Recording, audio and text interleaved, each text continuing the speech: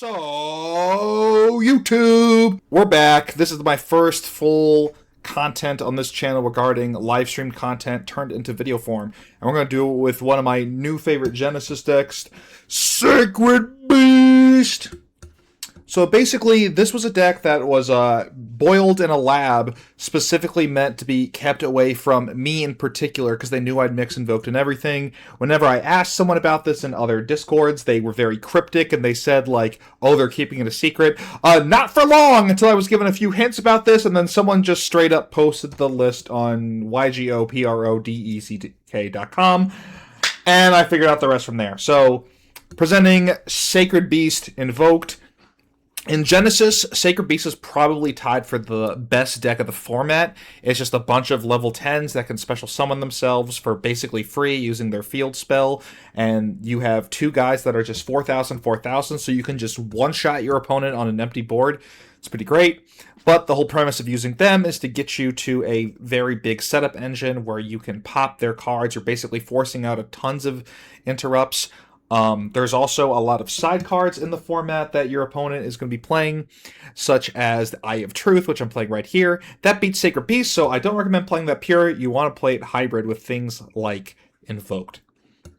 So basically, we are going to go through the list. We have exactly 100 points. We have Calamity Sacred Beast, Hamon, Lord of Striking Thunder. This is the one that reveals itself, adds a Sacred Beast spell, discards. This is probably the most important one, as you're grabbing one of the most broken cards ever printed, where the L reveals to grab a monster, and then Uriah grabs the trap, which you were just playing one of. So you want to max out on these, which puts you at a total of 12 points. Not too bad, but also not great at the same time that these guys are points now. It is what it is. Uriah is free. You could play an extra one. I currently love having my list at 40, so we're just keeping it at 1. Crater is also a card that you're often searching off of Sacred Beast Released. You discard it, and you get it into grave. It banishes itself, special summons a Sacred Beast. This card is how you can get your Sacred Beast combo online without using your normal summon, which is really, really cool, because you can just grab Martyr, Summoner, any level 10 off Released. You discard Summoner and Martyr. You then special summon Martyr off of Summoner, and then you can use its effect to place the Sacred Beast Thunderclap. Thunderclap uses its effect, place 2 more Thunderclaps, then you can reveal the level 10 that you searched, and then you grab the field spell, and then you're off to the races. It is really, really cool. Other than that, we're playing 2 Iwas. One is too little, because you definitely don't want to draw it. It's like the Poplar of the deck in this case. But it's not the best card to draw, but there's some instances where it's totally fine. 2 Alistair the Reminiscent. This card is at 4 points, which means the math evens out where you probably can't afford to put a third. And then we have the last Alistair, because there's some hands where, like, if you already open this or way into this and you get the other Alistair, you're good. These cards supplement the engine really well, because you have pretty much any attribute you would want, which is light, fire, and dark. All of those are good for the Invoke part of the engine, and they're also an alternative normal summon to Martyr. 3 Skullmeister, we don't really have many points left at all, so we need to play the best non-engine available that costs no points in Genesis. I'm skipping over the Elephant in the Room. Martyr, of course, your other best normal summon. This card gets you your field spell or your Thunderclaps, and this is what you tribute off. You get 3 of these guys, 3 of these guys, gets any beast. You're activating the field spell 3 times per turn to just flood your board with beast. The Elephant in the Room is YGO the Light's Dawn. So you're playing this to attach off of Mercurium the Living Quicksilver, which is a rank 10, which you can pump out like no tomorrow. And what that does is that it gets you Mutiny in the Sky. This card is really slept on in this deck in particular. It fusion summons any Fiend or Fairy fusion monster from your extra deck by shuffling Fiend and or Fairies from your graveyard into your deck. Guess what? You're almost always going to have multiple Fiends in the combo. So what that does, that gets you Aerial Eater. So basically you get to 2 level 10s on board. You make this guy. You attach YGO, use the field spell again, send Mercurium, get your other guy. Then this will trigger. You'll get Mutiny in the Sky. You probably through the combo have these guys in graveyard, so you can shuffle them back, make Aerial Eater. Aerial Eater will dump Iwas. Then Mutiny in the Sky lets you get rid of a Fiend, this guy, to add itself back. IWASP will then trigger to special summon itself to the field, which gets the whole invoked combo online. So you just get access to the invoked engine mid-combo. It's pretty cool. There's also instances where you can just use Mutiny in the Sky with 3 Raviel engraved to make the big guy. That has definitely come up. It is very funny. Most people need to read your cards like 4 times before they realize what's happening. So yeah, I really like this very tiny package in the deck. Invocation, we know. Sacred Beast release adds 3 monsters with different names, discards 2, and then it adds any level 10 Pyro Thunder Fiend that can't be normal summoned or set. It's really good. I'm playing 3 Sacred Sword IWASP because if you draw into this mid-combo off of Fallen Paradise, which you are likely to do, you're going through over half your deck, and you just draw this, you straight up don't need to attach Buio. There are 4 cards in the deck. Buio himself, 3 Sacred Sword. If you draw it, you're fine. Totally fine. You do not need to go, and you can just make a Varudris instead as your rank 10. If you do not, if you see your invoked engine mid-combo, which I really, really like. Again, not much done engine, 3 Forbidden Chalice, 2 Sword. You could cut this down to 1. I think 2 is important. I think 2 is fine. You could easily cut this to 1. It's really up to you. 3, you need to play 3. 2 Field Spell. You could opt to play 3 over the 3rd Sword. The Field Spell is not bad to draw at all. Gamma Summon, 1, because in testing, Virkum does not come up for the Invoked Engine. So I just play Gamma Summon. It'll make one of your Elysiums online, and you can just do that. This gets you another big guy, and it can also Fusion Summon. Extra deck, we have our huge guy. You're not going into this very much. You need it by 3 level 10s that can't be normal summoned or set, which normally you'd think is 1 of each of the Sacred Beast. What if I told you Hyper Invoked Aeon is also a level 10 that cannot be normal summoned or set? Invoked Elysium is a level 10 that cannot be normal summoned or set. You're making this guy in this deck. Like, once you get this guy out, like, your opponent's going to have a really hard time outing it. Other Invoke stuff, Oceanus, you're not really using him. He's kind of bad in Genesis because he doesn't have his Floodgate effect. But he's there because he's an element. You can make him easily if you need to. If this card was level 10, I'd be like, I need to change my pants because that'd be just crazy. Makaba, there are some lines where you can make Makaba before you combo, which I find is very, very good. So you can't be like Nibiru'd mid-combo. Love that. Loose the Dusk's Dark is really funny because if you put another boss in your left or rightmost monster zone, neither of them can be destroyed by card effects, which means Blitzclick is going to have a very awkward time outing your 2 bosses, and it's 3,500, so it's really tough to get for a lot of decks to get over. It's 3 Fiend and or Fairies, which you're getting to. You're playing Skullmeister's a Fiend, Raviel's a Fiend, Martyr's a Fiend. You're playing, over 10 in the deck. You're seeing this is going to be live at some point. Bay Baron gets you your Gamma Summon. Aerial Eater gets you your Eyewash. Sorath is what turns the Fusion online. Raijin, you're just banishing off of Reminiscent. Chorozo is what you do to turn Alistair and Sorath into another guy to put them both in grave. It is also noticeably a level 6 tuner, which means this card plus Aerial Eater makes Arms of Gen X return 0, which, if you guys don't know, is a multi-negate based on how many attributes you're banishing. So you're almost always going to have a light and a dark, the most common attributes in the game with this. So really love this. Here's where things get a little tricky. Mercurium is the card necessary for the bridge. It also just floodgates some decks out of the game. Because if you put a light and a dark and they're playing the Rolad deck, the Ritual of Light and Darkness, you just completely floodgate them out of the game.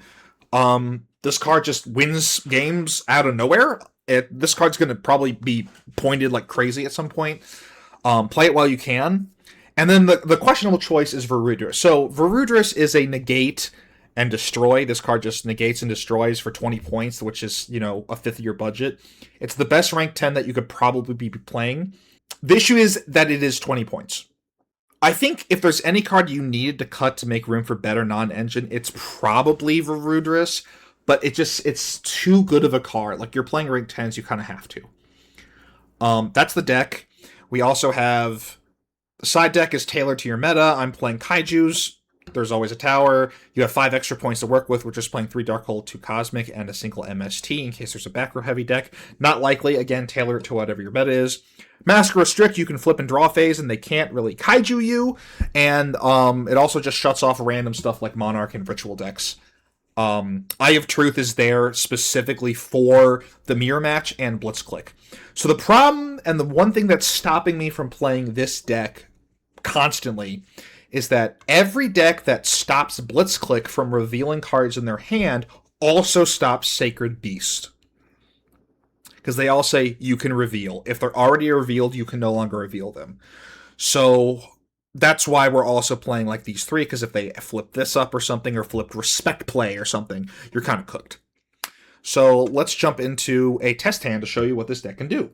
So already this hand is pretty nutty. So we drew two of the best cards possible, so this is kind of a best case scenario. So let's start with Inferno. We're going to grab the Trap. We'll discard Inferno.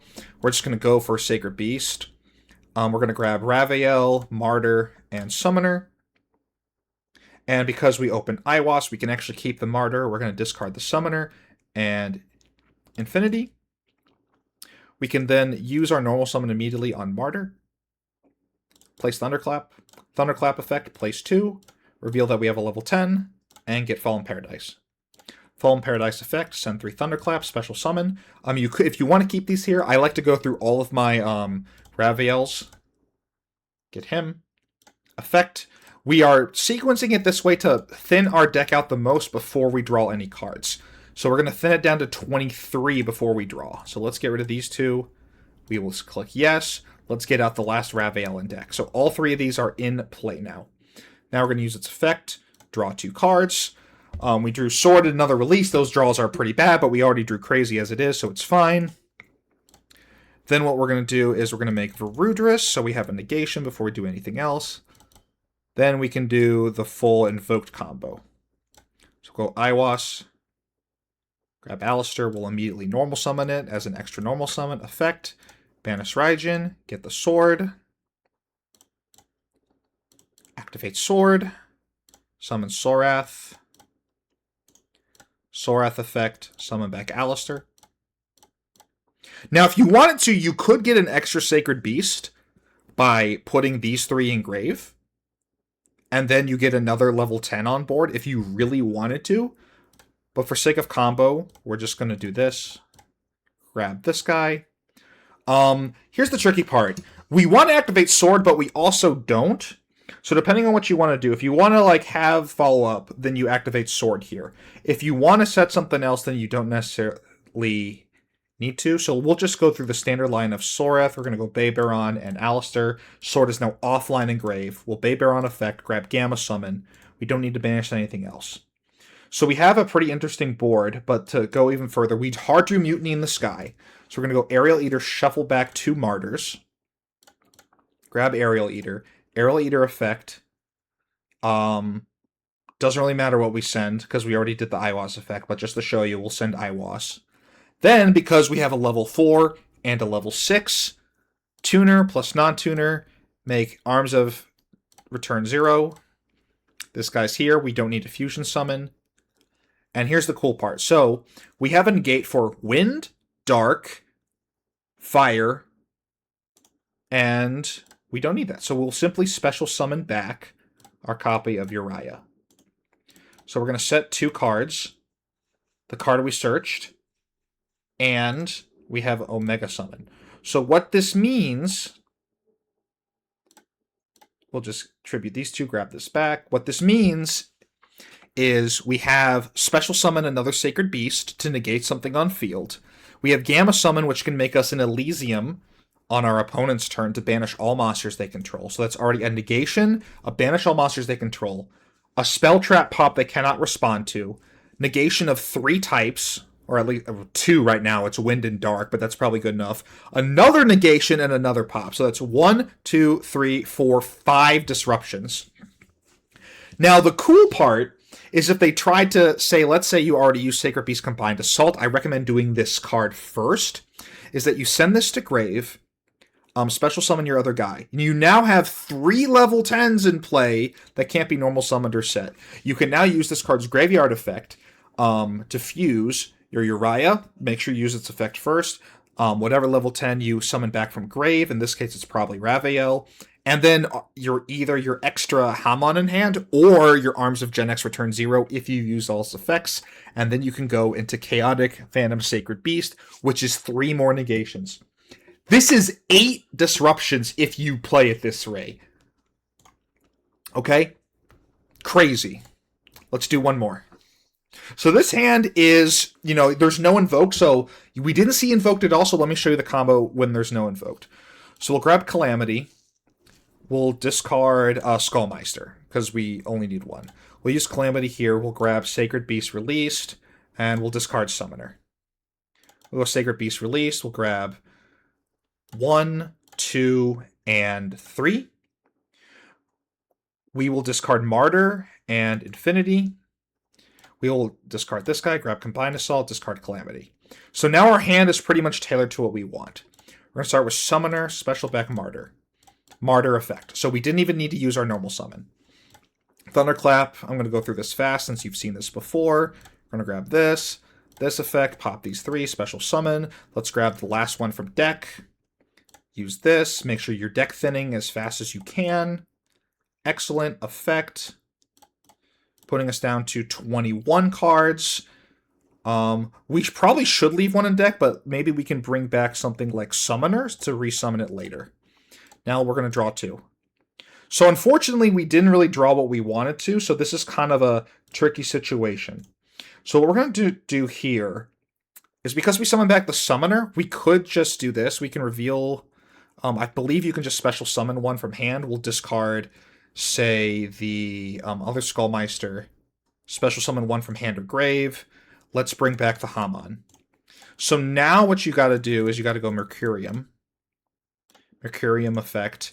We have to attach the Light's Dawn, and then we use this effect one more time, sending these. Yeah, let's send Inferno. Special summon one. Bring back the Uriah. Now this guy triggers. We're going to get Mutiny in the Sky. This is good. We're going to use Mutiny in the Sky. We're going to make Aerial Eater by shuffling back 2 of these guys. I came back to life because the Invoked Engine's back online. We're going to use this. We're going to send Iwas.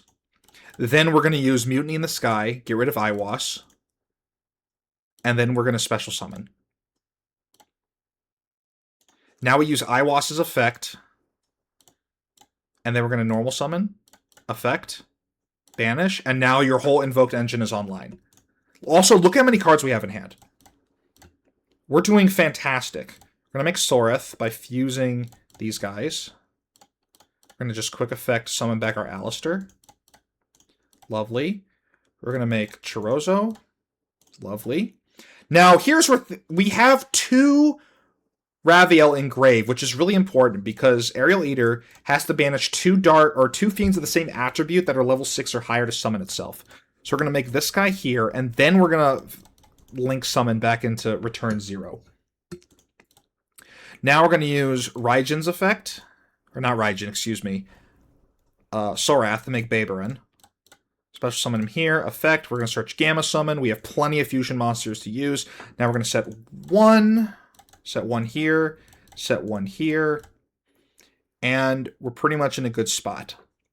If we really wanted to, and I mean really wanted to, what you could do is use Invocation to make Sorath, banishing a Fire, Wind, Dark. Well, we should make Aeon. Aeon effect, banish something you don't need, such as Skullmeister. You have to banish for this to go off, by the way. And then you look at your opponent's extra deck. It's a bot, so we're going to banish the 3 access code. Now, on your opponent's turn, you can now have an extra free body. So this sets you up with, you rip 3 from their extra deck. You still have the negates. You still have the pop. You have another negate, another field banish, and all this other stuff with 5 cards in hand. That was without opening Alistair or any way into it. So it's a very swingy play, and it gets you to a lot of game actions that can set up a really big board really quickly. So that's what the deck can do on an empty field. I'm going to try to get in some games and showcase what this deck can do in a real game.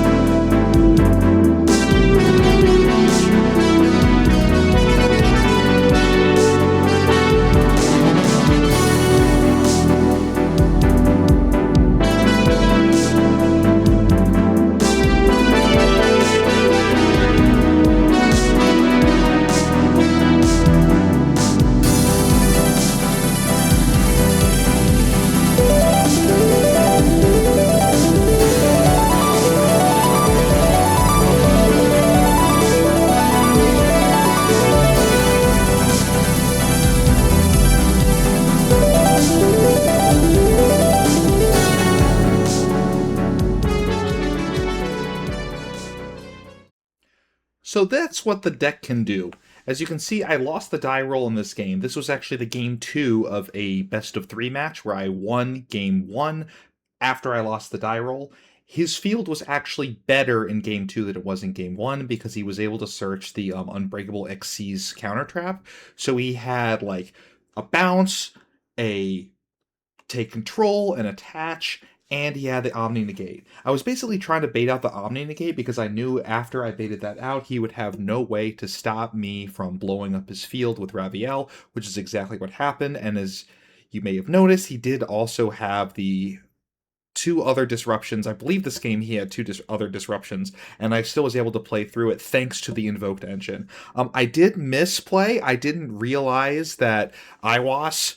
Well, I did realize, I just forgot that IWAS's spell card means that you cannot attack with anything that aren't fusions.